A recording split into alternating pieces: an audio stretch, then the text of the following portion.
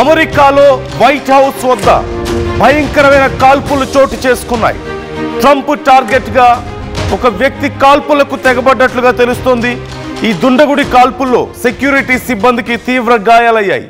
నిందితుడు రహ్మానుల్లాను ఇప్పటికే బలగాలు అదుపులోకి తీసుకున్నాయి. గాయపడిన ఇద్దరు సెక్యూరిటీ సిబ్బందిని ఆసుపత్రికి తరలించారు. కాల్పులను ఉగ్రవాద చర్యగా భావిస్తోంది FBI.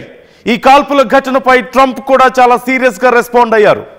ఈ ఘటనకు మూల్యం చెల్లించుకోక తప్పదంటూ హెచ్చరికలు జారీ చేశారు. కాల్పుల నేపథ్యంలో వైట్ హౌస్ లాక్డౌన్ అయింది.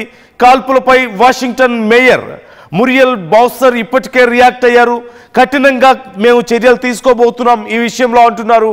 అయితే ఎవరు ఈ కాల్పులు జరిపారు, ఎందుకు జరిపారు అనేది ఇంకా పూర్తిగా తెలియాల్సి ఉంది. ఉగ్రవాద చర్యగా అనుమానిస్తున్నట్లుగా తెలుస్తోంది.